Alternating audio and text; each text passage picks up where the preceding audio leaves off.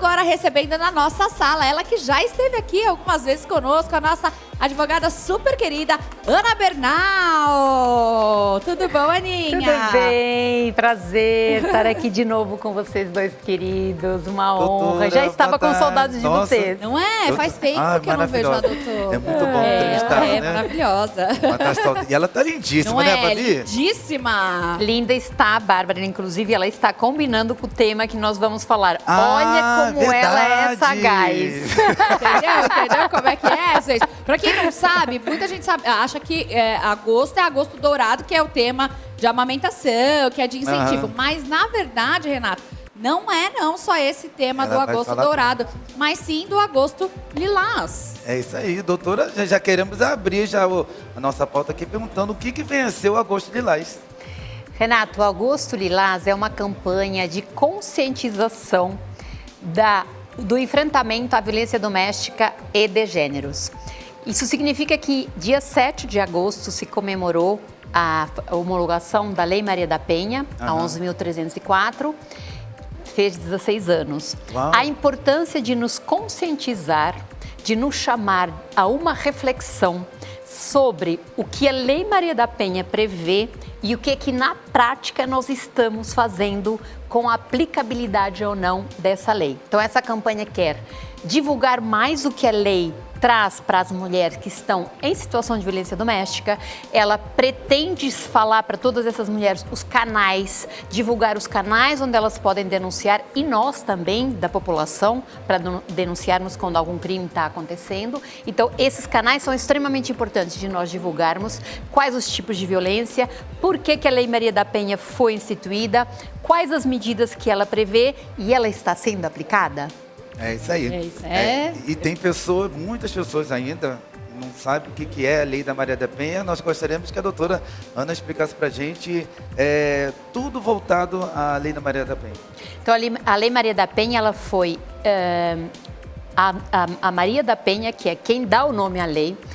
Há 16 anos atrás, ela era vítima de o seu algoz, seu ex-marido, e ficou tetraplégica, porque não tínhamos uma lei sequer para punir esse agressor que atirou, inclusive, contra ela com arma de fogo. Ela precisou se socorrer da Câmara Interamericana e ir aos tribunais internacionais, porque no Brasil não tínhamos uma legislação que punisse o agressor quando ele atentava contra a vida da mulher.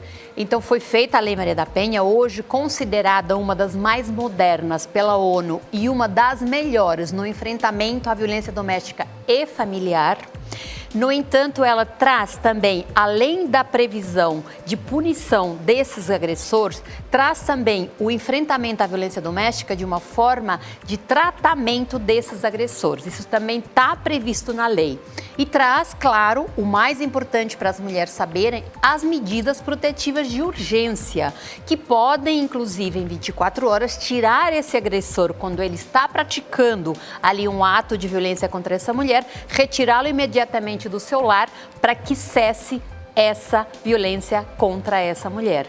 Isso basicamente é o que ela traz. No bojo dela traz também a forma de atender essa mulher, o acolhimento, as delegacias da mulher, que são obrigatórias em todas as cidades termos delegacia da mulher, infelizmente não mais abertas 24 horas em São Paulo. Para ter ideia, a maior capital do Brasil, nós permanecemos com uma delegacia 24 horas aberta, que é a Casa da Mulher Brasileira. Sério? É lamentável, estamos falando de São Paulo. Imagine como será nas demais cidades do país, que não são tão grandes quanto São Paulo. Nossa. Então, isso é muito importante nós falarmos, a importância de nós debatermos aqui esse assunto, para que nós possamos cobrar essas políticas públicas e a aplicabilidade efetiva da Lei Maria da Penha. Estamos no ano que a gente vai eleger governantes, não podemos esquecer que são eles que nos trazem no bojo da sua candidatura e assumirem o seu cargo, se as leis são ou não bem aplicadas. Ana, só 16 anos, né? 16 é muito pouco anos. tempo. 2006, eu imagino como é que as mulheres passavam por essa questão antes de ter essa lei, né? Como deveria ser desesperador, né? E hoje agora a gente tem essa campanha mais efetiva, que é o Agosto Lilás, trazendo essa reflexão. Eu queria que você me falasse, É só a violência doméstica que entra dentro desse agosto lilás? Ou porque a gente tem mais tipos de violência, né? Violência doméstica e familiar. Tá. Então, quando nós estamos no núcleo familiar, por exemplo, um irmão agride uma irmã, um pai agride uma filha, um tio agride uma sobrinha, isso está abarcado pela proteção da Lei Maria da Penha, porque ela traz medidas protetivas para a violência doméstica e familiar. Então, ela traz a prevenção dessa violência, traz as punições, mas ela também ela é híbrida. Ela prevê também no seu corpo, no seu bojo, a aplicação na esfera civil. Quando a mulher sofre uma violência doméstica, inerentemente, ela vai ter umas questões na área família que precisa decidir. Divórcio, guarda de filhos, pensão alimentícia. Isso deveria ser tudo resolvido na mesma vara. Não. É aplicado. Então, nós precisamos divulgar isso para nós cobrarmos isso, porque a mulher tem que ingressar na esfera criminal para ver o seu algoz punido por essa agressão que sofreu e aí vai ter que entrar na esfera civil para fazer o eventual divórcio, a pensão alimentícia dela ou dos filhos, regulamentar a guarda. Então, isso são questões que nós precisamos trazer a público para a mulher entender e nós da sociedade cobrarmos isso para que efetivamente ela tenha aplicabilidade. Embora ela seja uma das melhores, considerada pela ONU, ela não tem a sua integralidade na aplicabilidade dela. Essa violência doméstica e familiar também inclui a violência sexual ou só aquela que tem agressão física no sentido de bater, né? Vamos dizer assim. Excelente pergunta. E muitas mulheres acreditam que violência doméstica é só quando apanha. Não é. A violência doméstica, uma das que vem crescendo com maior reincidência é a violência psicológica e é aquela que geralmente deixa mais marcas na mulher. Para termos uma ideia do chamados 180, que é um canal de denúncia, 37% foram por violência doméstica, sendo que desses 37%, 20% são de violência psicológica. Então ela está aumentando assim gradativamente. Então temos a psicológica, a moral, a sexual, a patrimonial e a física. Um alerta que nós precisamos dar para as mulheres, Renato e Bárbara, é que o agressor, ele não chega na tua casa e te dá um tapa. Ele começa com outras violências que antecederam essa física.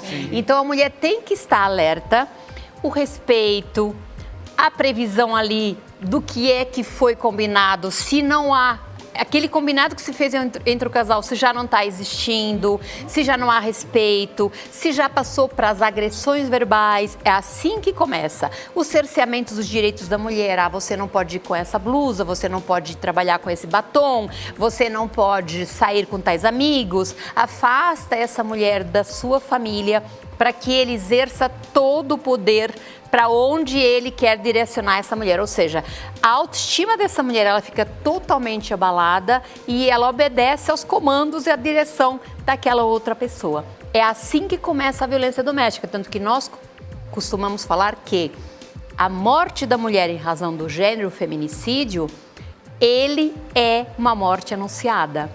Ela é uma morte anunciada, porque o homem não chega na porta da mulher e diz assim, eu vou te bater, eu vou te matar. Tudo tem um precedente, mas muito embora a Lei Maria da Penha tenha vindo para punir, como eu falei, ela trouxe coisas extremamente importantes. Veja, Bárbara e Renato, até 2006, quando morria uma mulher por questões de gênero, sequer nós sabíamos, não tínhamos como apurar isso, nem como registrar, porque não existia o feminicídio. Em 2015, a Lei Maria da Penha alterou o artigo 121, que é matar alguém, e disse que matar alguém por razões de violência doméstica é feminicídio, considerado um crime hediondo, que é o crime mais grave que existe no nosso Código Penal. Antes disso, as mulheres que morriam, nós não tínhamos como mensurar sequer quantas morriam. Hoje, essas mortes se apuram pelo SIM, que é o Sistema de Informação de Mortes. E hoje, nós contabilizamos 1.347 mortes referentes ao ano passado. Mortes de mulher em relação ao gênero. Por discriminação, por ódio, por preconceito, por um machismo enraizado e arraigado na nossa sociedade, que é tão forte entre homens e mulheres, porque também tem mulheres que praticam machismo, sim. Sim. E uma dúvida que eu tenho, né, sobre essa questão, jovens e crianças, elas entram também nesse número de estatística ou tem uma idade certa para considerar a violência contra a mulher em si?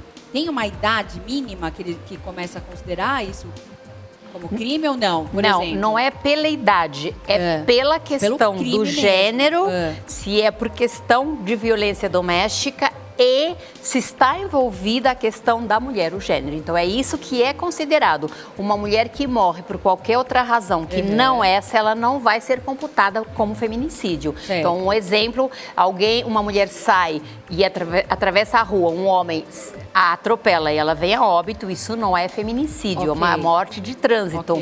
O sim, ele registra exatamente a morte dessa mulher em razão do gênero. Mas sim, temos meninas que são vítimas, principalmente outro crime que cresce muito nas meninas, que são os crimes sexuais. Nós, quando falamos de crimes sexuais, tendemos a dizer, mas é mulher. Não é. A maioria das vítimas é o estupro de vulnerável, o que significa que a menina, antes dos 13 anos, ela teve ou uma relação sexual ainda consentida, é considerado estupro, mas muitas vezes não consentida. E é protegida ali pelo núcleo da família, que muitas vezes é alguém da família, tio, cunhado, primo, enfim, para não macular a imagem da família, se acoberta esse crime, essa menina muitas vezes fica sem ver o seu algoz punido. Nossa. É complicado, hein? É complicado. E é algo interessante que a doutora estava falando quando ela englobou tudo relacionado à lei da Maria da Penha. Você falou algo sobre o pai, a agressão que o pai faz no filho. Eu creio que todos nós aqui, eu aprendi debaixo de muita surra, né? Meu pai me bateu muito, meu pai nunca me bateu, minha mãe. Hoje em dia, o pai e a mãe, ele não pode mais bater, de dar surra nos filhos, tem que ser mais pelo falar, doutora? Isso já é marcado pelo ECA, que é o Estatuto da Criança e do Adolescente, que diz sim que a criança deve ser protegida das agressões físicas, está previsto no ECA. Mais, então o certo é não haver agressão física, haver correções de educação, claro que a gente precisa dizer não para os nossos filhos. E não queremos fazer aqui a apologia à falta de limites, porque se nós não colocarmos limites, a Bárbara é mãe assim como eu, não sei se o Renato já é pai, nós sabemos que uma criança, um filho sem limites é um trem desgovernado. Sim. Então, nós temos sim que pôr limites, mas o que se pede e o que se orienta pelo ECA é que não haja essa violência física. Porque se diz, estudos já dizem isso, que a criança fica muito mais traumatizada do que educada. Nós tivemos esse tipo de educação, até porque os nossos pais tinham outra geração, né? outra época. Outras informações Exato. também, né? Qual de nós, por exemplo, também não sofreu bullying lá atrás? Tudo isso era permitido e a gente, aliás, nem tinha a noção do que era aquilo. Exatamente. E pode complementar, é que o assunto é bom, né? É bom, e a doutora também é maravilhosa. Gente, quando ela está explicando, você fica assim, encantado. Você fica exatamente. também? Eu fico assim, nossa, encantado com todas as informações. Mas, doutora, nós sabemos também que tem crianças que é levada ao extremo. E os juízes, os doutores, eles estão ali aptos para poder... Não que eles estão ali para poder dar mais credibilidade nas crianças do que nos pais. Mas como é que fica essa informação? Porque eles vão ouvir e vão acreditar mais na criança e do pai. Ainda mais sabendo que as crianças são muito levadas. Como é que fica essa situação? E o pai... foi segurando, foi falando, e o filho foi aprontando, e chegou uma hora que não deu e teve que bater com muita raiva. Como é que fica uma situação dessa? Renato, a gente não pode falar aqui da regra geral, né? Cada caso é um caso, a gente não pode pautar, mas o que nós orientamos os pais, como você falou, chegou no limite. Chegou no limite é porque alguma coisa já faltou. Porque a gente sabe que criança testa o tempo inteiro os adultos, seja pai, seja mãe, seja tio. Então, o que você tem que fazer é prevenir para que isso não aconteça. Ponha limites. Isso você não passa. Aqui é o seu limite, daqui você não passa. Então, se você não começar a colocar limites para essa criança, com certeza chega lá ao extremo. Vai ter um adulto ali também traumatizado e péssimo, né? Para poder verdade. ali até ensinar o seu próprio filho depois. Agora, pra gente fechar aqui, doutora, o Brasil, ele tá no caminho para combater a violência doméstica ou ainda a gente tá muito para trás? Ai, que pergunta tão difícil de responder, Bárbara, mas muito inteligente da sua parte, porque afinal é o que todo mundo quer saber. Então, se nós temos a melhor lei do mundo, por que que ela não é aplicada? Já dei algumas partes onde ela não é aplicada. O Brasil ainda ocupa o 5º lugar no ranking do país que mais mata mulheres. Nossa! Esse é o lugar que a gente não gostaria de ocupar. É muito triste para nós todas, homens e mulheres. Sim.